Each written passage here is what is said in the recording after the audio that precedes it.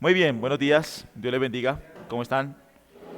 Bueno, nosotros hablamos hace 8 días de los principios que nosotros necesitamos utilizar para interpretar las escrituras. De eso se trata este curso. Principios que nosotros debemos utilizar para interpretar las escrituras. Hace 8 días vimos uno y medio.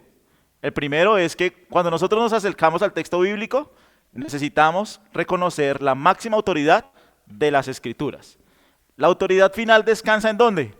En el texto bíblico. ¿Sí es claro?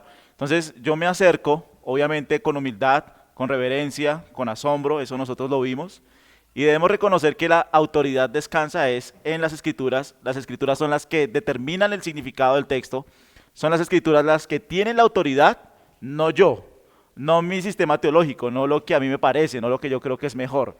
Entonces, tener esa actitud obviamente va a afectar nuestra interpretación, eso lo vimos porque nos vamos a acercar con reverencia, con asombro, vamos a entender que la autoridad la tiene la Biblia, no yo, no mi iglesia, no el sistema donde yo me muevo, sino que la interpretación correcta la da la escritura y la autoridad la tiene la escritura, eso lo vimos. El segundo es orar por habilitación divina, y estábamos viendo esto, ¿no? Que el salmista, cuando se acerca a las escrituras, él ora y le dice, abre mis ojos y miraré las maravillas de tu ley. Yo creo que una de las cosas que más me impactó en mis cursos de hermenéutica fue cuando un profesor pasó como 3 clases haciendo énfasis en este punto y era, nosotros necesitamos clamarle al Señor, clamarle al Espíritu Santo para que Él abra nuestra mente y nosotros podamos comprender el texto bíblico. Es una súplica constante, es un deseo constante de que Él ilumine esta mente caída, pecaminosa, esta mente acostumbrada al pecado, acostumbrada siempre a razonar con doble sentido o con tantas cosas que pueden venir a nuestra mente, que el Espíritu Santo, nosotros clamamos para que Él tome nuestra mente e ilumine nuestra mente. Y nosotros lo vimos hace unos días, y es que la iluminación o la lámpara no se dirige hacia el texto, no es el texto el que necesita ser iluminado, el texto ya es claro, el texto ya es comprensible. Quien necesita ser iluminado es mi mente caída, es mi mente pecaminosa, es mi mente que no está completamente libre del pecado, es esta mente la que necesita clamarle al Señor, suplicarle al Señor, pedirle al Señor que abra nuestros ojos para que nosotros podamos ver las maravillas de su ley. Y la Biblia no es un ejercicio meramente académico o intelectual. Hay gente que lo toma de esa manera como solo academia, solo teología, solo algo como intelectual. Pero realmente cuando nosotros nos acercamos al texto bíblico, estamos suplicando al Señor para que Él abra nuestros ojos y nuestras vidas vayan siendo transformadas por medio de su palabra. O sea, nosotros no debemos leer la Biblia como sencillamente, bueno, voy a leer la Biblia para aprender, voy a leer la Biblia para ser más informado o para no estar tan atrás en la iglesia. Algunas personas lo hacen con esa motivación. No. La verdadera motivación de nosotros ir al texto bíblico es que Dios nos transforme, es conocer a Dios. Y por eso necesitamos que Dios ilumine nuestra mente, que nos muestre las maravillas de su ley. Entonces, en ese sentido, para cada uno de nosotros es cuando nosotros vamos a la Biblia con qué súplica y con qué deseo vamos. Miren el salmista, él está suplicando, abre mis ojos, ábrelos por favor y miraré las maravillas de tu ley. Miren el siguiente salmo, tu siervo soy yo, ¿qué suplica él? Dame entendimiento para conocer tus testimonios. Luego en el 169 dice, llegue mi clamor delante de ti, oh Jehová, dame entendimiento conforme a tu palabra. Es constante esto en el Salmo 119, un clamor, una súplica, un deseo. Él le implora al Señor, ¿para qué? Para que le dé entendimiento, ¿sí? Acercarnos a las Escrituras sin oración, lo decía MacArthur, ¿no? Es como una especie de sacrilegio. Ningún cristiano debería mirar hacia abajo a la palabra sin primero mirar hacia la fuente misma de la palabra y pedir guía. Participar en el estudio de la Biblia sin oración, ¿qué es? Es orgullo, es presunción. Y hay personas que dividen este ejercicio, lo dividen. O sea, una cosa es oración y otra cosa es el estudio de la Biblia. ¿Cómo los divides? No, no puedes dividirlo. Cuando estás haciendo los dos ejercicios, cuando estás orando, ¿en qué estás pensando? En Dios y en el Dios de la palabra. Cuando estás leyendo la palabra, estás suplicándole al Señor que abra tu entendimiento. Es un ejercicio que va combinado, que va junto, no podemos desligarlo, ¿sí? Bien, vimos algunas implicaciones, aquí quedamos hace 8 días, implicaciones. El segundo principio es orar por habilitación divina. El primero es reconocer que la autoridad es la máxima las escrituras son la máxima autoridad cuando vamos a interpretar cualquier texto. ¿Qué implicaciones tiene orar por la habilitación divina? Primero, proporciona un recordatorio vívido de nuestra necesidad real. Cuando estamos suplicando al Señor, ¿qué estamos reconociendo? Te necesitamos. Ayúdanos. Ayúdanos también a traer tu palabra a nuestras vidas. Ayúdanos a interpretar correctamente tu palabra. Ayúdanos a ver las maravillas de tu ley. Esta súplica constante nos muestra que somos seres necesitados, dependientes de la guía divina, de la revelación divina, de la interpretación correcta de las Escrituras. Aquí era como dependencia, me quedó mal ahí, dependencia continua durante todo el proceso. Cuando tú estás estudiando la Biblia y la estás leyendo y estás orando, ¿qué estás haciendo constantemente? Estás dependiendo en el proceso de Dios. Tienes una continua dependencia de Él. Es lo mismo cuando uno está preparando un sermón, o sea, cuando uno está preparando un sermón, ¿qué es lo que uno está haciendo? Suplicándole al Señor continuamente en ese proceso que cada palabra sea la palabra suya, que no sea palabra de hombre, sino que sea su palabra. Y estoy yo leyendo el texto y estoy suplicándole al Señor para que este texto realmente pueda obrar, pueda transformar. Y es nuestra súplica cuando nosotros lo hacemos en nuestro tiempo. Estamos dependiendo de Él. Señor, ayúdame a leer tu palabra, a interpretar tu palabra, a aplicar tu palabra correctamente a mi vida, a mi corazón, a mi familia. Es una dependencia continua, es una súplica constante. Convierte un proceso natural en uno sobrenatural. Cuando nosotros estamos estudiando, por ejemplo, para cualquier materia en la universidad, personas que están estudiando, bueno, que les gusta hacer algún estudio de cualquier cosa, ese es un proceso natural. Y hay personas que podrían tender a pensar que el estudio de la Biblia es lo mismo. En cierta medida hay muchas cosas que son similares, como cuando estás preparando, no sé, una tesis, un trabajo, cualquier cosa. Pero el estudio de la Biblia es algo sobrenatural. Es algo que es algo diferente a cualquier estudio, es algo diferente a cualquier preparación. Es un proceso sobrenatural. Entonces, el estar orando nos hace conscientes de eso. Abrir la Biblia, tener la palabra de Dios ante nuestros ojos, es un proceso sobrenatural, sí. Recuerden que nosotros no pedimos revelación. Señor, revélame este texto, no. O revélame algo nuevo, no. Cuando estamos orando ¿por qué? Por iluminación, que Dios ilumine nuestras mentes para comprender la verdad ya clara y revelada en su palabra en las Escrituras. Y esto de la oración no suplanta el estudio disciplinado, sino que lo promueve. Como yo les decía, en algunas iglesias, que tú te sientes en un pasaje a estudiarlo horas, en algunas iglesias dicen, mira, la letra mata. No seas como tan erudito. No necesitamos tu erudición acá, en algunas iglesias eso es visto como malo. No necesitas, o sea, ¿para qué traes eso? Me acuerdo una vez, cuando estábamos en la iglesia anterior, el pastor principal empezó a echar así como pullas desde el púlpito, y entonces decía, es que esos que vienen aquí con su palabra del griego, eso es su palabra del griego. A nosotros no nos interesa tu palabra del griego. A nosotros nos interesa es que el Espíritu se mueva, que el Espíritu fluya, que hayan manifestaciones del Espíritu. Tú y tu palabra del griego, decía él de manera satírica, sarcástica, ¿sí? Y a veces ese proceso de estudio se ve como malo.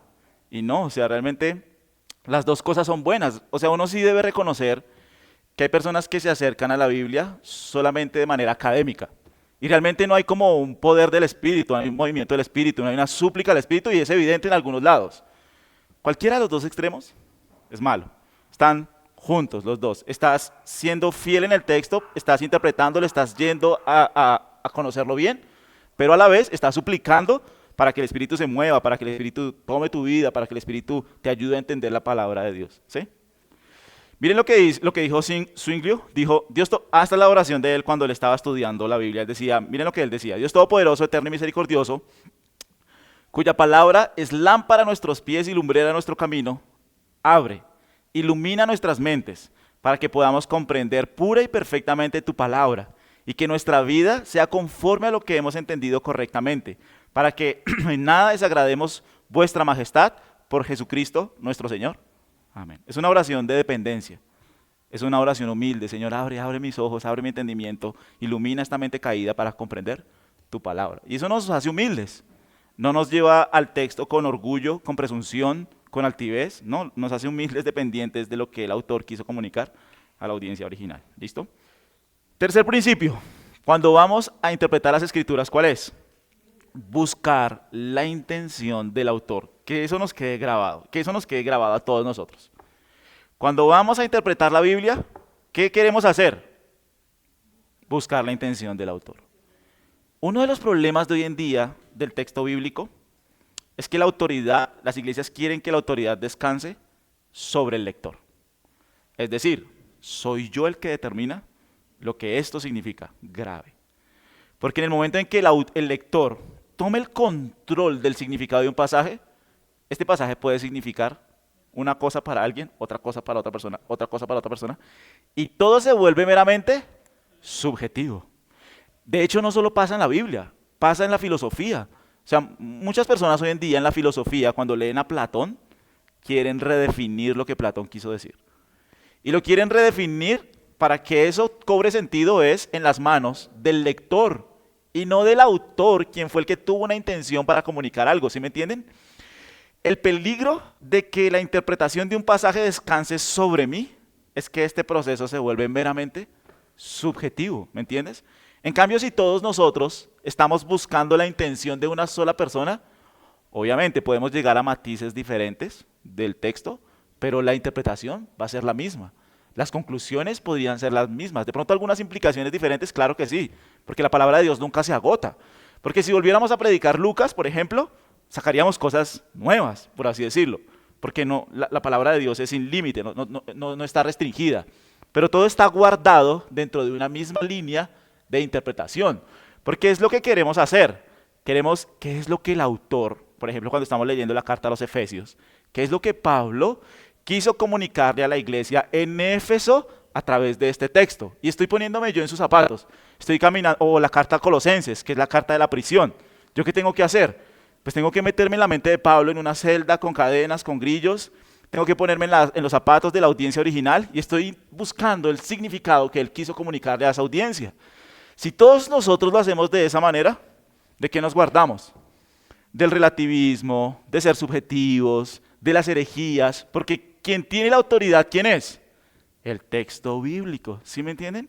Entonces, la verdad es que alegorizar pasajes, espiritualizar pasajes, darle un doble sentido a los pasajes, lo único que hace es daño a la iglesia de Cristo, porque no quiere comunicar realmente la intención. Miren este pasaje que es precioso. Vamos a leerlo, 1 Corintios 2, del 10 al 13. Miren lo que dice. Pero Dios, ¿qué hizo? Nos las reveló. ¿Qué nos reveló? ¿Están conmigo? ¿Se durmieron? No, no se duerman. Pero Dios, ¿qué hizo? Nos las reveló por medio del Espíritu. ¿A nosotros o a ellos? A los apóstoles, claro. La revelación está restringida ¿a quién? A los apóstoles. Está hablando de los apóstoles. ¿Sí están conmigo o no? Los escritores bíblicos. ¿Dios qué hizo con los escritores bíblicos? Les reveló por medio del Espíritu ¿qué? Su palabra. ¿Por qué? Porque el Espíritu Santo todo lo escudriña. Aún el Espíritu que conoce las profundidades de Dios. Así, ahí vamos bien. ¿Qué estamos entendiendo en el texto? Un Dios que ¿qué hace? Que revela. ¿A quiénes? A sus apóstoles, a los escritores bíblicos. ¿Por medio de quién? Del Espíritu. Muy bien. Ahora, porque entre los hombres, ¿quién conoce los pensamientos de un hombre, sino el espíritu del hombre que está en él? ¿Quién conoce las cosas de los hombres? Los hombres mismos, lo que está dentro de nosotros, nuestro espíritu, ¿sí? ¿No es el Espíritu Santo? ¿Sí, no? Es el espíritu del hombre, ¿cierto? Claro, el hombre interpreta las cosas por el ser, por la esencia que hay en él. ¿Ahí vamos bien? Asimismo, ¿sí están conmigo o han tenido preguntas ahí? Para que quede claro. ¿Están conmigo? Sí. Asimismo, nadie conoce los pensamientos de Dios, sino ¿quién? ¿Quién es el que trae la verdad a la mente del escritor bíblico? ¿Él de su propio ser puede conocer las cosas de Dios? No. Es el Espíritu el que debe traer la revelación. Él recibe la revelación en la mente y ¿el qué hace? La plasma. ¿Por qué ninguna religión es similar a esta? Eso es muy importante. ¿Por qué ninguna religión es similar a esta? Porque esta religión viene de Dios. Todas las demás religiones, budismo, hinduismo, todas las demás religiones están fabricadas por el hombre y por eso son similares. Se salvan por obras. Todas esas religiones se salvan por obras. La única religión de gracia en el mundo es la de Cristo. ¿Sí me entiendes? Las religiones fabricadas por el hombre, que proceden por el hombre, ponen el esfuerzo en el hombre, en el humano, en la persona. Son religiones de salvación por obras. Todas ellas, todas las puedes comparar y las equipas, se salvan así. Pero este cristianismo, esta revelación apostólica proviene ¿de quién? Del Espíritu de Dios. ¿Ahí vamos bien? Bien. Miren lo que sigue diciendo. Y nosotros hemos recibido no el espíritu del mundo, sino el Espíritu que viene de Dios. Ahora, ¿para qué hemos recibido el Espíritu de Dios? ¿Para qué nosotros lo hemos recibido? Para que conozcamos lo que Dios nos ha dado gratuitamente. ¿Cuál es el deseo de Dios para nuestras vidas? Que nosotros lo conozcamos a Él. Así es. Esto es muy importante que nosotros lo entendamos. Cuando Dios se revela en su palabra, Él lo hace para que nosotros, ¿qué hagamos? Lo conozcamos claramente. ¿Ustedes se imaginan que Dios escribiera una Biblia con un significado oculto? ¡Qué gracia! ¡Qué gracia que Dios dé una Biblia con un significado escondido, con un significado alegórico, con un significado ahí espiritual que nadie ve! ¿Tú te imaginas que Dios quisiera revelarse a escondidas? ¿Para qué se revela si Él quiere mantener oculto el significado del texto? No tiene sentido. Dios se ha revelado para que nosotros, ¿qué hagamos? Lo conozcamos. ¿A través de qué lo vamos a conocer? De lo que Él nos ha dado por medio del Espíritu y la revelación escrita en su palabra. ¿Sí me están entendiendo esto? Esto es muy importante. Tenemos un Dios que se ha revelado. Se ha revelado por medio del Espíritu. Y ese Dios quiere que nosotros, ¿qué hagamos? Lo conozcamos. ¿Quién ha traído la verdad a la mente de los apóstoles? ¿Quién es? El Espíritu Santo. Hasta ahí vamos bien. Sigamos. Entonces Dios ha revelado las cosas ¿para qué? Para que conozcamos lo que Dios nos ha dado gratuitamente. Ahora miren esto. De lo cual, ¿qué hicieron los apóstoles? Hablamos. No con palabras enseñadas, ¿por qué? No, lo que nosotros estamos hablando, lo que nosotros estamos plasmando en el texto, ¿qué es? Ahí sigue diciendo. Exacto, lo que está enseñado ¿por quién? Ahora, miren lo que sigue que es definitivo. ¿Cómo sabemos que hay una sola intención? Combina las dos cosas. Combina los pensamientos del hombre con las intenciones del Espíritu Santo. No están desligadas, ¿me entienden? Cuando Dios quiso revelarse, Él combinó su intención con la intención ¿de quién? Del autor. Eso es muy importante que nosotros lo entendamos.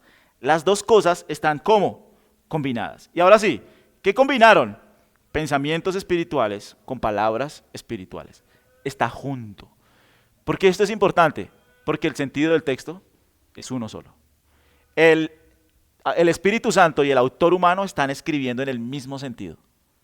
No es que el apóstol Pablo estaba escribiendo una cosa y el Espíritu Santo por detrás quería decir otra cosa. Entonces, ¿qué encontrarías ahí? Doble sentido. Y el doble sentido es un peligro, porque si hay un sentido espiritual, ¿quién lo entiende? ¿Cómo lo entiendes? ¿Depende de tu grado de oración? ¿Depende de tu espiritualidad? No. Dios se ha revelado en un texto que es su palabra. La intención del Espíritu va junto con la intención del hombre, combina esos dos pensamientos y escribe en un solo sentido. Es muy importante, ¿sí es claro? ¿Quién determinó eso? El mismo apóstol que está siendo inspirado, que está describiendo ese proceso de inspiración y que dice que Dios combinó estos pensamientos para dar un solo sentido. Entonces, cuando nosotros vamos a estudiar la Biblia, ¿qué estamos haciendo?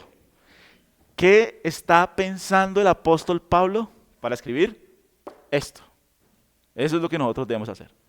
¿Y qué significó esto para la audiencia original? Hay casos en los que es más difícil, ¿no? Por ejemplo, el libro de los Reyes. ¿Quién escribió el libro de los Reyes? Es una compilación de varios escritos. Pero cuando tú lo miras en un todo, tú puedes ver una intención.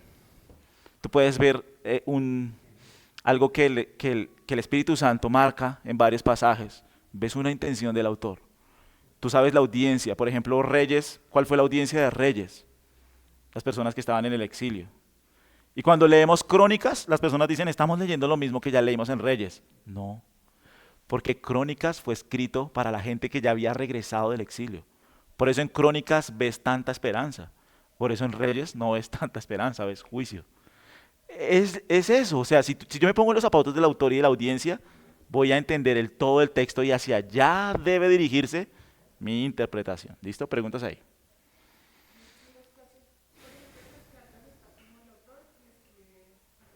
Sí.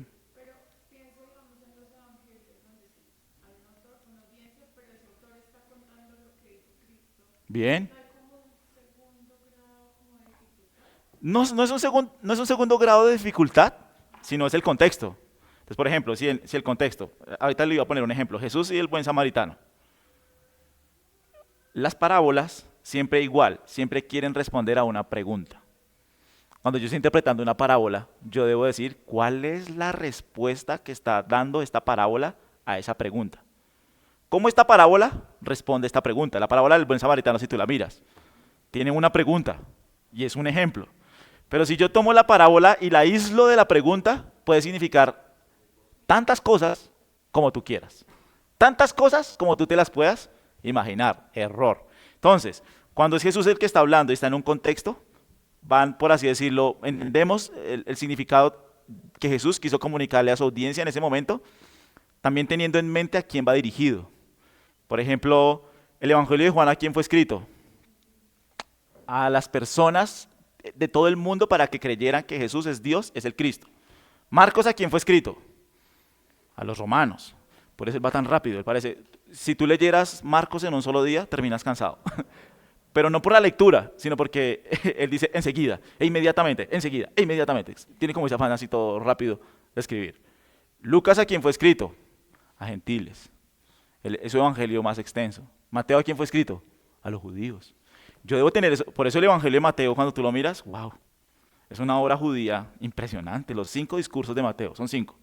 Y tú ves esos 5 discursos a judíos y como ellos lo entendieron, todo cobra sentido cuando entiendes el autor y la audiencia. ¿Sí? Bien, no sé si respondí tu pregunta. Bien, el apóstol revistió sus verdades reveladas por el Espíritu con un lenguaje enseñado por el Espíritu y de ese modo combinó lo que era espiritual en sustancia con lo que era espiritual en forma. El icot, es decir, él escribe en una sola vía, él escribe en un solo sentido, él tiene la intención del Espíritu, la intención del autor, están juntos y está escribiendo la palabra de Dios. ¿Listo? Bien. Miremos algunos ejemplos. 1 Corintios 14:37. De que esto es cierto. 1 Corintios 14:37. Si alguno se cree profeta o espiritual, reconozca que lo que os escribo son mandamientos del Señor. Cuando Pablo está escribiendo, ¿él qué sabe? No, mira lo que dice ahí. Exacto. A ver, ¿quién escribió en el Antiguo Testamento los mandamientos? Moisés, Dios a través de Moisés, sí, Moisés. Ahora, aquí Pablo está poniéndose al nivel de ¿quién? De Moisés, porque lo que él está escribiendo, ¿qué son? Mandamientos del Señor. El apóstol Pablo sabía que lo que él estaba escribiendo, ¿qué era? La palabra de Dios, los mandamientos del Señor. Él sabía que él sabía que escribía los oráculos de Dios, los mandamientos de Dios, la palabra de Dios. Ahora, ¿él qué entiende? Miren lo que dice después del punto. ¿Más qué? Wow. Si ustedes no quieren recibir esto escrito, ¿qué están haciendo? Lo están ignorando lo que yo les estoy diciendo que son mandamientos del Señor. ¿Sí se dan cuenta que no hay un doble sentido en la interpretación? Pablo les escribe y ellos ¿qué debían hacer? Entenderlo normal. O sea, la palabra de Dios no fue dada a eruditos. El griego del Nuevo Testamento es un griego koiné, es un griego para personas normales, como ustedes, como yo, personas sencillas, del vulgo, personas sin letras, no somos eruditos de nada. Fueron palabras dadas a personas simples. Quienes complican la interpretación de la Biblia, ¿quiénes son? Nosotros. ¿Sí lo ven? Dios, el que dice lo que os escribo son mandamientos del Señor, más el que ignora, ignore. Así que, hermanos, procura profetizar y no impidas celebrar en lenguas, pero hágase todo decentemente y con orden. De hecho, en 1 Corintios 14, ¿de qué está hablando él? El orden en la iglesia. El orden en la iglesia. Y él escribe, miren, ¿qué debemos hacer en la iglesia? Esto es lo que debemos hacer en la iglesia. ¿Me entendieron? Sí. ¿El que ignora? Ignore. ¿Hay algún sentido detrás? No, es un sentido normal, literal, gramatical. 2 Corintios 1:13. Porque no os escribimos otras cosas, sino las que leéis. ¡Guau! No les hemos escrito otras cosas, sino que, ¿están conmigo o se durmieron? Las que lees y entiendes. ¿Hay un significado oculto? Pablo les está diciendo, oren para que entiendan el significado espiritual de la palabra milenio. Oren para que vean su significado detrás, que no son 1000 años. Oren para que ustedes entiendan eso. No está diciendo eso. Él está diciendo que él escribe para que ellos entiendan, que lean y entiendan. Y espero que hasta el fin, ¿qué? Las entenderéis. Él les pide que oren para que vean el significado que hay detrás de esta carta. No, miren que no, es que mira, yo te escribo, tú lees y ¿qué haces? Y lo entiendes en su contexto, normal. Efesios 3:4. En vista de lo cual leyendo, en vista de lo cual ¿qué? ¿Qué quería el apóstol Pablo que ellos hicieran? Leyeran y cómo lo interpretaran. En su sentido normal, para que así puedan entender mi comprensión del misterio, que es lo que explicó en Efesios en el capítulo 2, pero no vamos a ir allá, ¿sí? Miren lo que dice el apóstol Pablo, en vista de lo cual ustedes ¿qué hacen? Leen, para que ustedes puedan ¿qué? Entender mi comprensión del ministerio de Cristo. 2 Timoteo 2:7. Considera lo que digo. ¿Qué es lo que digo? La predicación de la palabra. Está hablando en ese contexto de cómo se administra la iglesia. Él va a su partida, te encarezco, es la carta que más imperativos tiene, imperativos. Y Pablo le dice a Timoteo, ¿qué? Considera lo que digo y el Señor te dé ¿qué? Entendimiento. ¿Sí ven? Dios escribe para que nosotros leamos y entendamos en un sentido normal. ¿Bien? Nos ponemos en los zapatos del autor. Ahora, eso no significa que la palabra de Dios es inagotable. No quiero que entiendan eso. La palabra de Dios no se agota, es inagotable. Cada vez que nosotros estamos leyendo la Biblia, vemos más cosas, pero vemos las cosas que están ahí. No cosas escondidas, no cosas ocultas, sino que sacas y sacas más aplicaciones, más implicaciones, un solo sentido, una sola interpretación, no le estás torciendo, no le estás manipulando, sale del texto, lo podemos ver, podemos llegar a conclusiones del texto. La palabra de Dios es tan rica, pero si tú la guardas y la cuidas de esa manera. Si te sales de ahí, llegas a tantas locuras. A mí siempre me impresionó, un pastor en una iglesia decía que para que las personas pudieran ser salvas, las personas tenían que acostarse, él se acostaba encima de ellas, les besaba y tenía desórdenes sexuales y les daba vida. Y yo decía, pero esta gente ¿en qué piensa para hacer eso? ¿Qué clase de cosas está pensando la gente? Bueno, el argumento de él es Antiguo Testamento, tomas a Elías y a Eliseo. Ellos se acostaron encima de una persona, soplaron sobre ellas para recibir vida. Pablo hizo lo mismo. Pablo también se acostó sobre una persona para darle vida. Y el argumento de él era, está en el Antiguo y está en el Nuevo Testamento. Estas personas van a recibir vida por mí. ¿Qué clase de aborrecimiento, blasfemia, inmundicia es esa? Tomando pasajes aislados para querer decir lo que yo digo. Cuando tú miras cada uno de esos eventos en su contexto, puedes entender de lo que se trata. Pero si tú los sacas de todos lados para querer decir lo que tú quieres decir, llegas a conclusiones que no es el carácter de Dios, que no es la gloria de Dios, que no es el nombre de Dios. ¿Sí? Entonces aquí está, nuevamente. El escritor que tiene, con dibujitos, no se les olvide ese dibujo. El escritor que tiene, ¿dónde plasma él la intención divina y humana? En el texto. Es el medio a través del cual se transmite, ¿qué? La intención. ¿Qué hace el lector? Entiende lo que él quiso decir, no lo que yo quiero decir, no lo que a mí me parece, lo que él quiso decir. Estamos en esa labor, estamos en ese camino, ¿sí? Pregunta o cuestión fundamental en el estudio de la Biblia. ¿Qué pretendía transmitir el escritor con las palabras que utilizó en ese contexto? Ya, esa es la pregunta. Téngala ahí enmarcada en su Biblia. Cuando alguien esté interpretando la Biblia es, ¿sí está de acuerdo con esto o no? Si no está de acuerdo con esto, pues lo dejamos a un lado, ¿sí? Cuando los críticos, dijo Hirsch, cuando los críticos desterraron deliberadamente al autor original, ellos mismos usurparon su lugar. Y esto condujo, infaliblemente, a algunas de nuestras actuales confusiones teóricas. Cuando antes solo había un autor, ahora surgió una multiplicidad de ellos. Cada uno con tanta autoridad como el siguiente. Desterrar al autor original como determinante del significado era rechazar el único principio normativo de peso que podía dar validez a una interpretación. Porque si el sentido de un texto no es el del autor, ninguna interpretación puede corresponder al sentido del texto, ya que el texto no puede tener un sentido determinado o determinable. Es decir, si nosotros estamos estudiando 2 de Timoteo 4, todos llegamos a conclusiones diferentes porque somos muy espirituales y vemos cosas detrás de él. Y aquí entre nosotros llega y se sienta el apóstol Pablo. Y él nos dice lo que significa. ¿Qué pasa con todas las interpretaciones de nosotros? No sirven para nada. Es el autor el que determina el significado del texto, no lo que nosotros pensemos o nos parece, ¿me entienden? Y nuestra teología, nuestra doctrina debe salir de ese principio.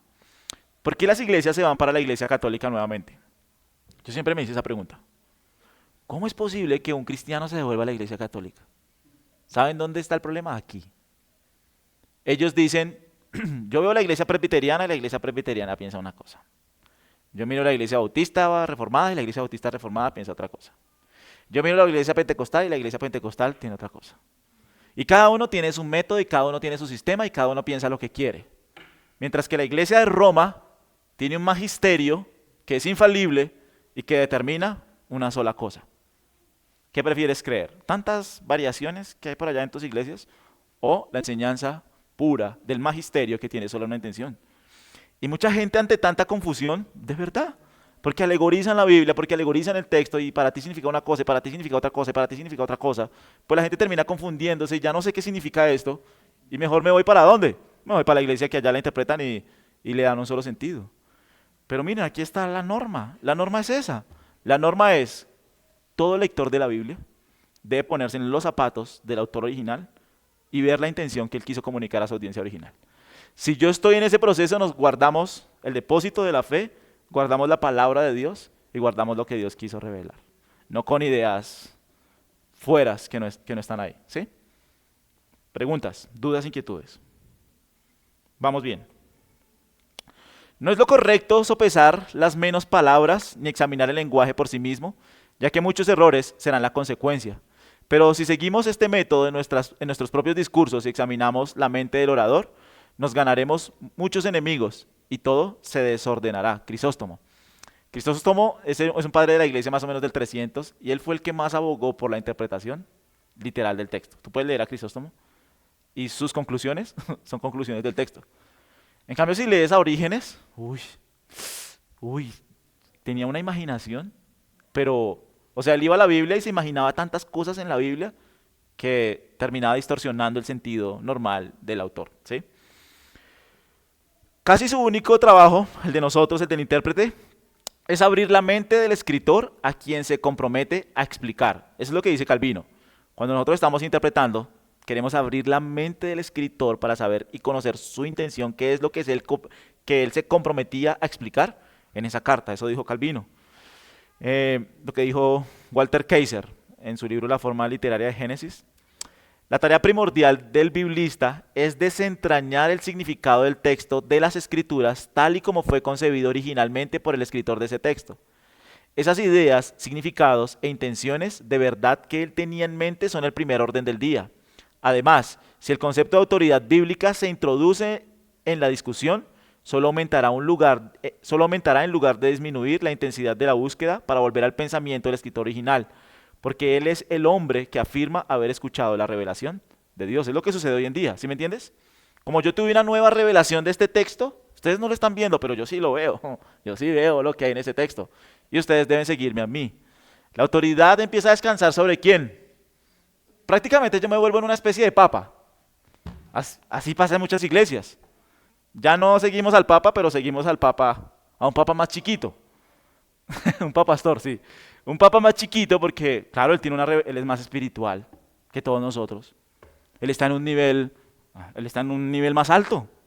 Y él ve cosas que nadie ve en la audiencia y que solo él las ve, porque él es más espiritual. ¿Eso qué es? Es un peligro. Porque estás poniendo tu confianza en la interpretación de un hombre, no en lo que el autor quiso comunicar a su audiencia original. Implicaciones de esto. Entonces, primero, sostiene el carácter milagroso y eficaz de la inspiración divina. ¿Qué significa eso? Que como obviamente Dios supervisó su palabra, Dios inspiró su palabra, Dios reveló su palabra Él utilizó a 40 autores en diferentes estados de ánimo, en diferentes lugares, países, en 3 continentes, en diferentes circunstancias, en diferentes posiciones sociales. Dios obró milagrosamente, Dios dio su palabra, Dios inspiró su palabra para que nosotros pongamos a encontrarle el sentido que Él no quiso comunicar, ¿sí me entienden? Darle un sentido oculto es rechazar lo que Dios quiso decir, ¿sí me entienden? ¿Sí están conmigo? Si yo quiero, uy, qué cosas nuevas me va a decir este texto en un sentido oculto, lo que estás haciendo es, no quiero interpretar la Biblia como está, quiero que diga lo que yo quiero que diga, ¿sí? En las iglesias es muy conocido, Dios me dijo, en las iglesias de la prosperidad. Dios me dijo, Dios me habló. ¿En serio? ¿Y qué te dijo? Él me dijo que yo voy a ser rey, que yo voy a ser el presidente de mi empresa. ¿Dios te dijo que vas a ser el presidente de tu empresa? Sí. ¿Cómo te lo dijo? Aquí en 2 de Samuel 7 dice, te pondré por rey sobre todos. Dios me lo reveló a mí, Dios me lo dijo. ¿En serio eso era lo que Dios quería decir ahí? Pues bueno, esa no era la intención del autor. Y tú has llegado a una conclusión equivocada, ¿sí me entienden? Ese es el peligro de interpretar subjetivamente la Biblia, ¿sí? Sí, por su palabra sí. Ah, por eso aclaro que el peligro en las iglesias de prosperidad es ese, como que quieren hacer decir el texto lo que yo quiero que diga y no lo que él quiso comunicar a la audiencia original. Claro, Dios nos habla por su palabra, sí, Dios nos habla, pero no en ese sentido místico, raro, como que, como que si tomamos el versículo y para todos es claro que Dios está hablando de que quiere poner por rey al rey David, pero a ti te dijo que te iba a poner como jefe de tu empresa, es como, ¿no significa eso? Sí. ¿Hacia dónde vas? ¿Qué más beneficios e implicaciones trae esto? Esta tercera herramienta. Preserva la autoridad del autor sobre sus palabras. Claro, estamos buscando la autoridad de quién, de él, del autor, no del pastor, no de las cosas subjetivas nuestras. Identifica el único objetivo de la interpretación, que es ¿qué? La intención del autor. ¿Con qué intención quiso comunicar esto a su audiencia original? Se opone a la intrusión de opiniones personales. Claro, ya no se trata, el sentido nunca va a descansar de este lado, de este lado. No, es que yo creo que esto, no es que no estamos buscando lo que yo creo. Estamos buscando lo que el autor quiso decir a la audiencia original. Haz a los autores lo que te gustaría que te hicieran a ti. ¿Sí saben qué significa eso? Se los voy a explicar. ¿Qué pasa cuando alguien saca de contexto palabras nuestras? Es que yo estaba, digamos, yo estaba en una conferencia, supongamos. Yo estaba en una conferencia en mi trabajo, estaba explicando algo y alguien hizo una pregunta de repente y con un caso específico y yo lo respondí y alguien puede sacar esa fracción del contexto en el que fue dado y utilizarlo para otra cosa. ¿Cómo nos sentimos nosotros? Felices, ¿cierto? Qué bueno que están sacando de contexto mis palabras. Pues lo mismo sucede con Dios. Si yo le robo la intención al autor, que es el Espíritu Santo, ¿qué estoy haciendo? Estoy robándole a Dios la palabra de Dios, estoy robándole a Dios lo que Dios quiso decir, ¿me entienden? ¿Sí están conmigo o no? Tremendo, ¿no? Wow. Ya. Listo. ¿A dónde íbamos nosotros? Implicaciones. Qué pesado, no pudimos ver este. Que era ahí donde iba a poner el ejemplo suyo, pero bueno. Entonces ya lo sostiene. Sí, amárrese la lengua. ¿Cuál es la tercera llave hermenéutica que usamos? La tercera caja de nuestras herramientas. ¿La primera cuál es? Tener la autoridad, la escritura como máxima autoridad. Segundo, oración, orar pidiendo para ayuda divina. Y tercera, buscar la intención del autor. Gracias a Dios.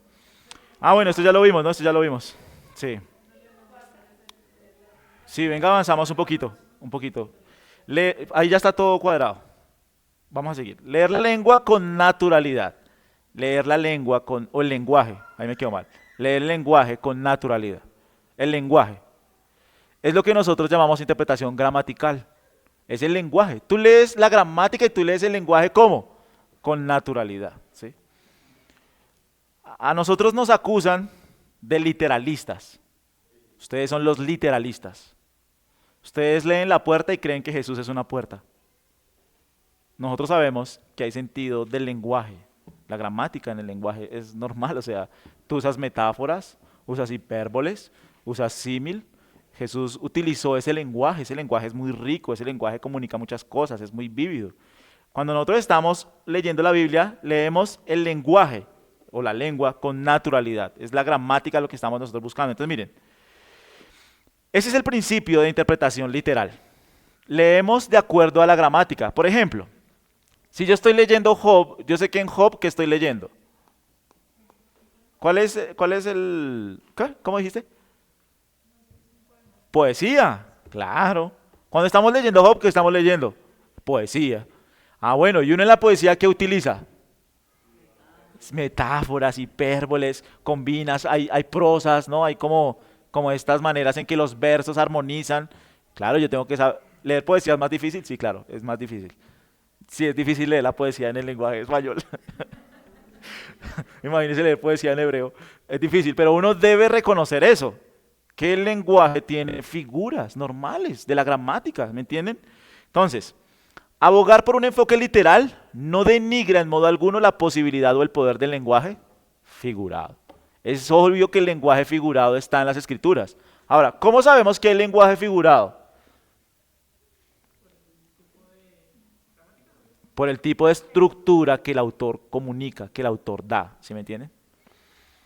Por el contrario, ser literal significa leer el lenguaje del texto según las normas y el estilo del escritor bíblico, o sea, el sentido gramatical. El escritor es quien determina cuando sus palabras deben tomarse al pie de la letra o deben entenderse metafóricamente. La interpretación natural que nosotros hacemos, ¿cuál es? Literal.